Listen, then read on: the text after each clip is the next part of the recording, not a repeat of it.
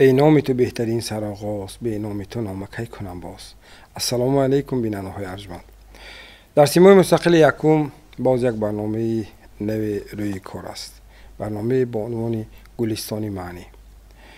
ضمن هر صحبت های ما با دوستی دانشمند ما مقصود عارف در دایره برنامه در صحبت صاحب دلان، همیشگی شما بیننده های ارجمند مخلصان برنامه های تلویزیونی سیمای مستقل یکم همیشگی ضمن مراجعت، صحبت، واخوری یا زنگ های تلفنی حتما اشاره برام میکردید که چون یک برنامه سازمان دهیم که حتما این صحبت تنها با خود مقصود عارف باشد و همچنین یک صحبتی باشد که علاهیده و در بیرون از دایره این برنامه که واقعا هم سخن از کشف معنی باشد، از توضیح معنی باشد. راستی بزرگان ما اینقدر دوام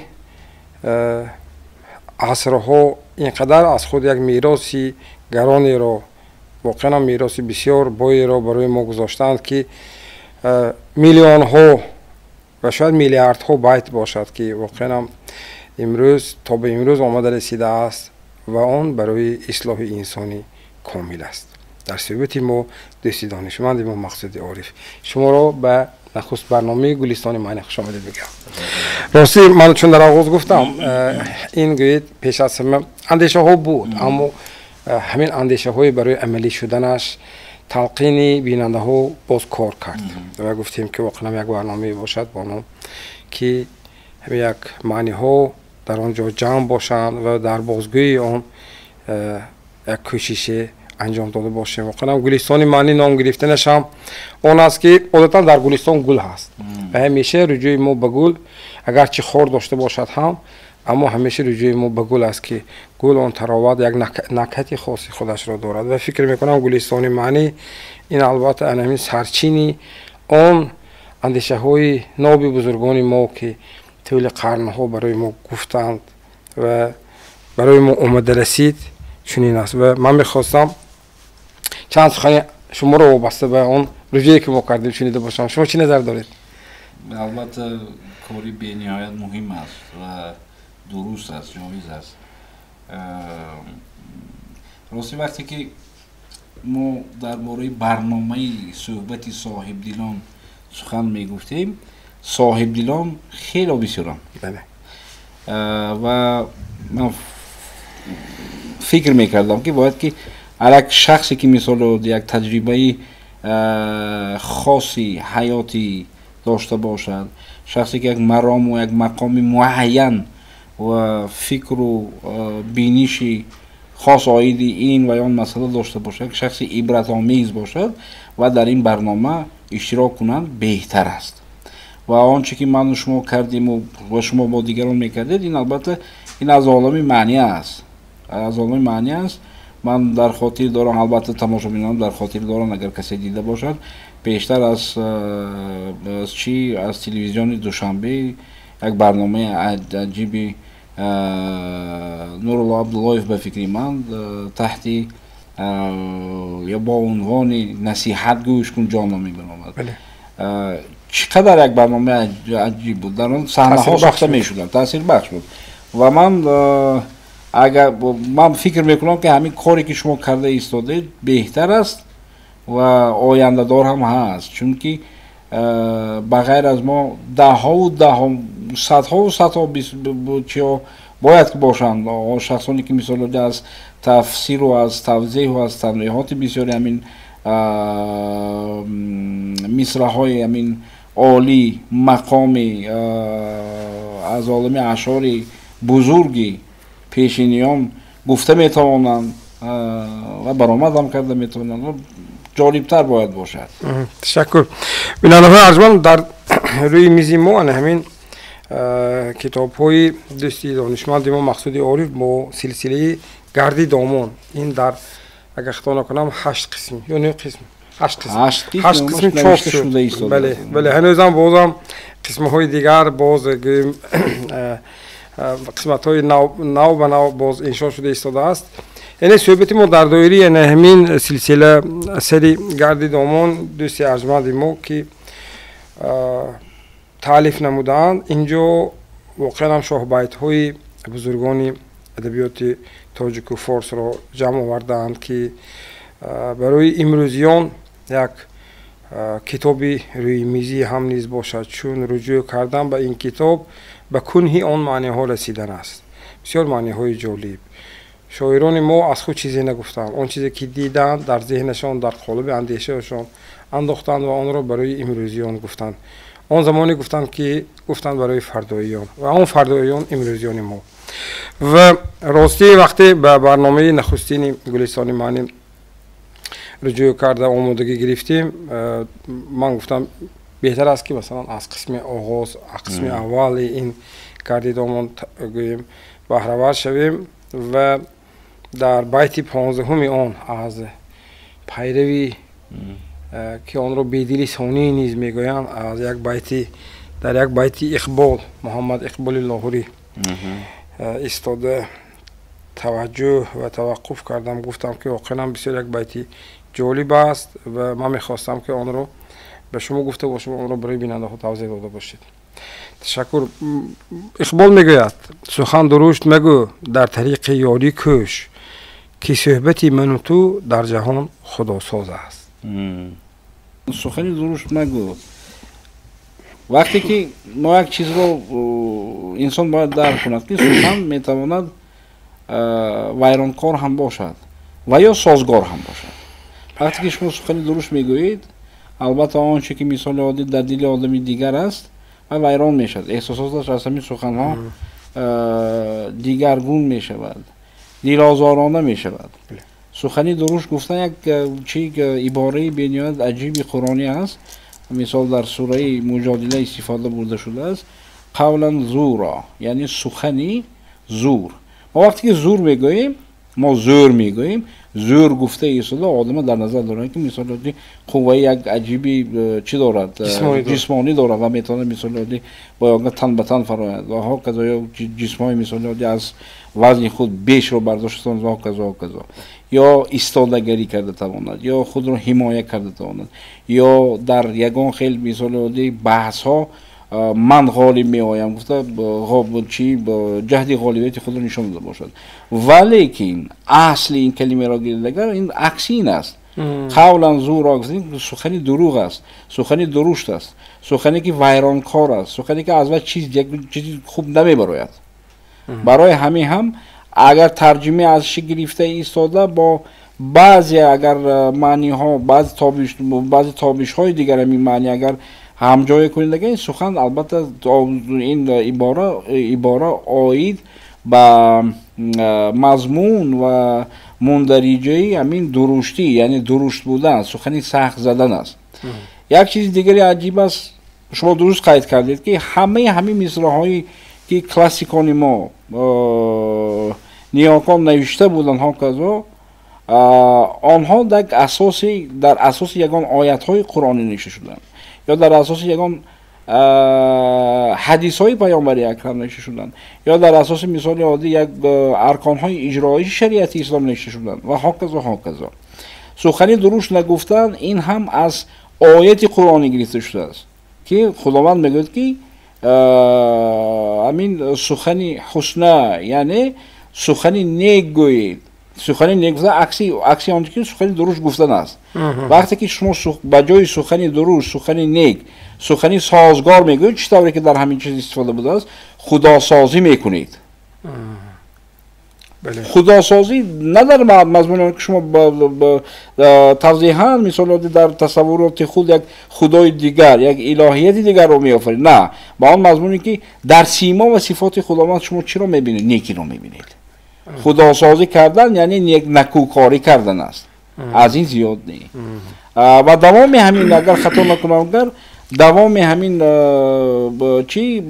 غزلی از آن محمد اقبال لاهوری در آن که میگوید که وگرنه این فلک اگر خطا نکنم این فلک کجباز است میگوید. کلمه کجبازیدن اگر گرفته آن را هم تصور کردن نکن. کجبازیدن وقتی که شما چی را میکنید که و عکسی حال را میگیرد، عکسی کار را میگیرد، افکتی بومیرنگ. وقتی که شما بومیرنگ میگونید و حتما گشته در خودتون بگشته میبینید. الان کجبازیدن کجبازی همه چیز برگشت آمدن است. انا همین تاکید کردم میگه که تا توانی در طریق مثلا تا توانی اول اینکه سخن درست مگو در طریق مثال چی با در طریق یار مثال کمک کن در همین چیز در همین راه باش و در راه درست باش میگن که این خداسازی است یعنی نکوکاری است ولیکن اگر عکس کار را کنی سخن درست گویی حتما بدان که وای برگشته میبیاد کجبازی دارد گشت آمدن است این هم در اساس آیت قرآنی و من محمد اقبال لاهوری یک نابغه است نابغه مثال چی یک شناخت معروف است که غزل های ایشان پر از همین پند و حکمت قرآنی است اگر این را اثبات این در بسیاری آیات ها هست در سوره بینه گیلگه میگوید که شخصی که میگوید یعمل مثقال ذرة شرا یرا همینطور میگوید که اگر یه شخصی که به قدر مثقال میگوید به قدر بینیاد کوچک مثقال درست گفتید عذر سوره زلزله درست انا همون وقت میگوید که اگر به قدر مثقال میگوید خردترین اگر عملی بد کنید حتما میگوید جزای آن را میبینید و اگر میگوید نیکی کرده باشید حتما یعنی هر کار خواه نیک باشد خواه بد با بازیدنی گشت آمدنی دارد میگوید انا برای همین هم انسان باید کوشش کند که همین نکوکار باشد تنها نیکی کند که همین کارهای نیک پسند خداوند است. بله حاضر هم یک چیزی گفتید استاد مسئله همین وای به حتی ما باره همین چیز خوندم توجه کردم یک علاوه تفسیر همین آیت زلزله که آخرین آیت های سوره زلزله فمن یعمل مثقال ذره خیرا یعنی اول خداوند گفت که نیکیش پیش آورده البته و خداوند همیشه تلقین میکند اول که نیکی کنیم یعنی خدا دوستدار نیکی است البته و بعدا اگر چون گوییم بدی کرده ذره حتما آن رو پاداشش رو میبینی یک چیز عجیب در اینکه مثلا برای چی خداوند نیکو و نکوکاران رو پیشه میکند و کار این نیکویان رو همیشه مثلا پسند میبینند از سوره ملک گیرید وقتی که یکی از صحابگان پیامبر اکرم آمده میپرسند که علمین خداوند حیات را آفرید یعنی آمدن و رفتن زیستن را آفرید همه کارها رو برای ما کرد انعام میدهد یعنی نعمت ها میدهد و دیگر مقصد از آمدن و رفتن ما در چیست و همین یک آیت نازل میشد که لیبلوکم ایکم احسن عملا این چیز به یک اهمیت دادن نکن برای چی برای آنکه خداوند گفته است تا که بسنجد که کدام از شمایان در نکوکاری پیشتر و بهتر هستید گذار از این برمی آید که این دنیا اول اینکه جای بدان نیست دوم اینکه جای مسابقه بد با نیکی نیست سومش اینکه عموما بدی و بدکار یک طرف بایستد دنیا برای سنجیدن نیکی و کی از همین نکوکاران باز نیکتر است رفته شده است این احساس کردن نکنید همونجا برای چی برای که خدا گفته که عموما بدی را از خاطر برارید من همین حیات رو تنها برای نکوکاری و برای مسابقه بین نکوکاران آفریدم گذاشت نه ما بین نکوکار و بدکار که چهره نیکی رو درست‌تر و زیباتر و تابناک‌تر نشان میدهد انا همین در یکی از دیگر سوره های قرآنی آمده که و فی ذلک فلیتنافس المتنافسون یعنی انا همین مسابقه کاران این هم مسابقه کاری با نکوکاران است اگر خلاصه کنید از این برمیاد که یه وای بدی یک طرف بایستد و بدی تمام از خاطر بر فراموش کردن نکن حتی در نکوکاری انسان باید که مسابقه کند بین خود مسابقه کند و اثبات کند که وای نیک است من هم نیک است لیکن من از وای نکوکارترم گفته ایسا اثبات کردنش نکار بهترین و تشکر ادامه همین وای باید مصر اول سخن درست میگو در طریق یاری کش یعنی اگر با این واقعیت امروز اگر مشاهده کنیم واقعا در زندگی اگر کسی خطا کرد اینقدر مثلا تنقید کننده هاش بسیار، اما راهنما خیلی و خیلی کم. یعنی طریق یاری کش، یعنی یاری دادن به کوشش کن در راهی بله در راهی در راهی اصلاح کردن در پی بله در راهی دوگیم به راهی راست گذاشتن یا در راهی کمک کردن کوشش کن که مثلا چون ادامه همون مصرع که آمده است که صحبت من تو در جهان خدا ساز است. واقعا بسیار زیبا یه مثلی توضیح دادید که واقعا صحبت یعنی بودن من تو در این دنیا سازگاری است. یکی از صفات خداوند سازگار نمودن است. یعنی یک چیز بهترین، یعنی یک شرایط بهترین را مهیا کردن است که تا در آن همین نیکو و نکوکاران بسبزند. همین است خداسازی است این چیز. اگر شما نکوکار باشید شما خداسازی میکنید. این خداسازی نه با اون مضمونی که من گفتم پیشتر، و با مضمونی که ما در سیمای خداوند در همین در معنی های همون 99 اسم مبارک خداوند چی ها رو میبینیم؟ صفت ها رو میبینیم. بله نام های خداوند، صفت های خداوند. صفت های خداوند یک صفت های بهترین شما که خداوند حسن یعنی نیک است. نیک کی باشه و نیکوکاران رو دوست می‌دارد. نیکوکاران رو دوست می‌دارد و محسنین، نه نکوکاران. و یحب المحسنین خداوند میگوید. بله تشکر. بیننده‌های عزیز، راستی نگاه کنیم. من حاضر اگر برای توضیح یک بیت که از اقبال ما گرفتیم راستی 20 دقیقه اضافه، خیلی 20 دقیقه وقت رفت، اما اطراف این بیت بازم خیلی سخنان بسیار، من باز پهلوی دیگرش رو اگر اینجا بررسی کنیم راستی یک برنامه شاید کمی کند، اما در یک بیت گنجاندن معنی بزرگ این مهارت شاعر است و این رو به یک نفر دیگر فهماندن بازم گوییم مهارتی بزرگتر را تقاضا میکند. بنابراین همیشه که میگن که من همین چیز به قائل هستم که میگه از شاعر دیده منقد بالاتر می ایستد از ایجادکار دیده، چون او نقد میکند آن رو سر و ناسرش رو جدا میکند.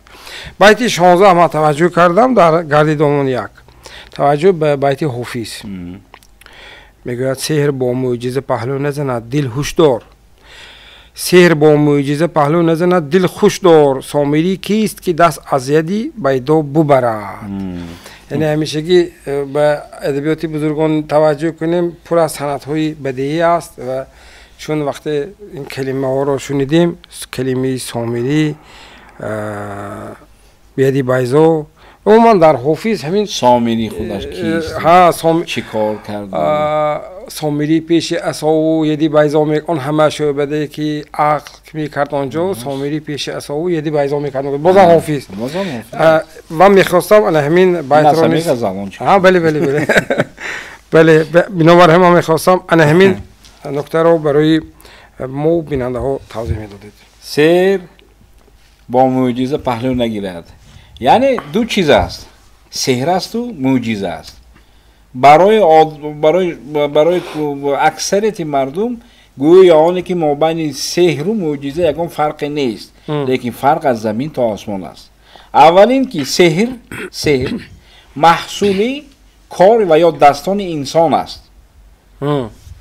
خداوند ساحر نیست، یعنی سحرگر نیست، خداوند معجزه کار است. از این برمی آید که اگر سحر محصول دستان انسان باشد پس معجزه صاحب همه معجزه‌ای که در دنیا میشد خداوند است. خود را مثال عادی با خداوند برابر کردن و مثل آن که یک سحر و جادوگر خودش را با معجزه کاری بزرگ برابر کردن است. حالا میگه سحر با معجزه پهلو نیست، میگه نه پهلو نمیگیرد. بله برابر نیست. دل خوش دار برابر نیست. این به مثل آنه که مثال عادی مابین نکوکار و عاصی فرق است. بله والذین آمنوا و عملوا الصالحات ولا المسیء. آیات مثال از سوره غافر گفته شده که فرق و ما یستوی، برابر نیستند آن اشخاصی که به من ایمان آوردن کار نیک میکنند با آن اشخاصی که عاصی شدند یعنی گناهکار شدند. میگوید لا یستوی اصحاب النار و اصحاب الجنه. انا همین برابر نبودنی مثل اصحاب جنت و اصحاب دوزخ هم برابر نیست. اما سحر و معجزه هم یکمش که بین خود فرق میکنن. سحر محصول چیزی که من با یک بار دیگر تاکید میکنم این دستانی خود انسان است و معجزه از دست تنها خداوند میبینه. و درباره سامری من مثال کاری که سامری کرد و کاری که حضرت موسی کلیم الله کرد. این به مثل آنی که سامری کرد این سحر بود. آن چیزی که مثال عادی با موسی پیدا شد ظاهر شد این معجزه خداوند. یدی بیضا سوره از آیت قرآنی گرفته کرد که و نزع یدا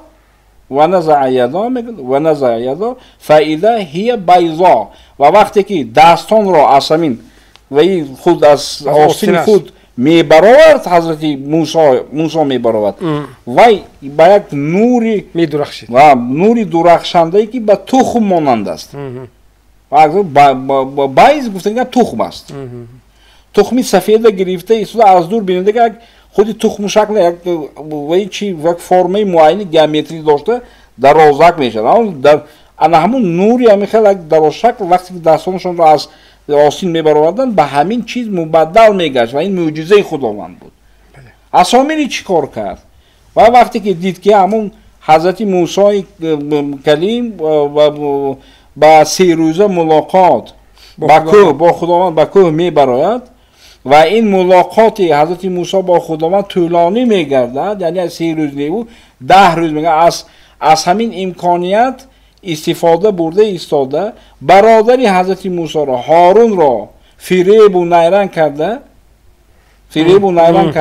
مردمی که در همون پایان نشسته است حضرت موسی را منتظر بودن فریب میدن میگوید که من حضرت جبرائیل را دیدم میگن فرشته را و به من گفت که اگر از ته کفی پایش خاکی را گرفته اگر چی کنند اگر آواز میبراید که با یگان چیزی مثال اشیا یگان چیزی مرده اگر بریزد اگر زنده میشد میگن و به همین خاطر آمده ایستاده گوساله را از تختای چوب تختی از هر خیلی ها میسازند.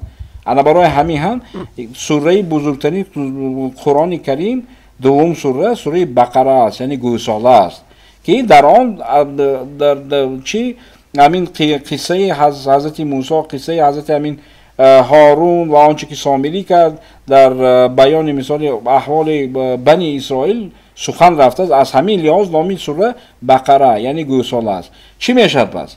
همین گوساله را از همین هر خیل و ها چی ها تختچه و دیگر ها میسازند و سامری میگوید که اکنون میگوید تمام جواهرات تمام آنچه که شما دارید میگوید از تن کشیده ایستاده همین بالای گوساله را پوشید میگوید و پوشید گفته ایستاده بعد از پوشیدن خواهد در اون سوراخی های دیگر دارد. در قرآن کلمه ایست خوار یعنی آنچه که آواز به میبرد همین گرفته ایستاده آنچه که فریب کرده بود روی همون گوساله تختگینه به سمت شمال میگردونند و وقتی که شمال از درون همین سوراخی های تخته های قصهای و قالبی همون گوساله میبرد آواز هوشتک میبرد که بعضی جا بشه که هوشتک میکشد الان آواز هوشتک برآورد گفته ایستاده الان این گوساله زنده شد گفته ایستاده تمام همون بیچاره مردم فریب میکند قوم گوساله پرست میشن قوم گوساله پرستی میکنه تا حضرت موسی آمده شه بعد از اون فرامانده ایستاده البته این مکافات نمیگیرد جزاش تاوان دیگر میشد و حضرت موسی علیه السلام مجبور میشه که سامری رو بدش بیرانن از همین سامری گشته میره الان کاری که سامری کرد سحر بود و آنچه که حضرت موسی همیشه پیدا میکرد این یدی بیضا یعنی معجزه خداوند است. همین فرق کنید گذاشت که سحر رو از معجزه فرق کرده توانید گذاشت نه همه چیز سحر است نه همه چیز معجزه است. و در واقعیت زندگی ما اگر توجه کنیم هم گاهو یک وای هست من دیروز یک نفر از یک نفر شکایت کرد و گفت که جواری بندش از خدای هم زور بوده است. من گفتم هرگز این سخن نگویید یعنی برای چی او گفت کیم چی کار کرد و همین خیلی یعنی در موردی در واقعیت امروز هم اگر نگاه کنیم گاهو تاثیر این همین آدمانی که سخنشون سحر دارد یعنی با افسونکاری که مردم رو فریب میدهند یک کاری میکنن که مثلا مردم باور میکنن در یک چیزی ناز گفتید تمام از خاطرم نبرد همین با اثبات آنچه که شما میگید یک گفتاری عجیبی همین سالی برادران ازبکی ما هست میگید که مهر کوزده sehr sözde میگه. مهر در چشم بود است و سحر در زبان بود است. وقتی که شما گفتید که میخواد با یک سخنهای خود سحر میکنه، با یک چشمان خود مثلا هیپنوز میکنه. اگر این مهر هیپنوز نیست البته، تماما دیگر مضمون که گفته شده، مضمونی بنیاد نیک دارد. لیکن به هر حال همین سخن است. میگم بیکار بود نمیگم که سخنی نگو حتی مار از خانه از سوراخی خانش میبرن. پس اون سخن واقعا سخنی 4 سال باشد، نه 4 سوز. سازگار باشد. خداساز خیلی گفت. خداسازی کی بود. و مثلا همین در مورد گاه انسان ها از همین رفتار خودشان به مثل همین عملی سامری که مثلا زمان حضرت موسی که مثلا داومی 3 روز گفتن 10 روز رفتن به ملاقات کوه تور و چون برگشتن دیدن که اون قوم الکه دیگرگونه است و زود تدبیر اندیشیدن. اما چیزی که گفتید اصیل آن بود که مثلا یدی بایزو که همیشه میدرخشید، اون معجزه خداوند بود که به بنده‌اش داده بود این چیزه. و مثلا اما اون سحری سامری موقتی بود. یعنی هر سحر دائمی نیست. بله، چون که خود انسان که خودش دائمی نیست و یک مخلوق موقتی است، یعنی آمد و رفتن را دارد، پس کاری که وی میکند حتما یک حد و کنار دارد و یک آغاز و انجام. تشکر. برنامه ما نیز آغاز داشت، انجامش نیز فرا رسید و در این فرصتی بودن بسیار یک مقطع زیبای اینجا برادری دانشمند ما اینجا اشاره کردن که در فرصتی بودن واقعا انسان بود، انسان ورزیست. چون خداوند به ما اینقدر یک شانسی بزرگ رو داده است برای زیستن در روی زمین و گفت که به هم دیگر نیکی کنید و من دیدن میخواهم که شما در این اجرای این عمل چگونه با هم دیگر سبقت میکنید. خوش به حال آنهایی که این را میشناسند و در این جاده سبقت میکنند. برای اشتراک داشته سلام. اینجا فرصتی برنامه نخستین گلستان معنی به پایان رسید. این گلستان ما بسیار نکت‌های زیبا، بسیار نکت‌های جالب دارد. در برنامه‌های نوبتی حتما با هم میشمیم. خیر تا دیدار.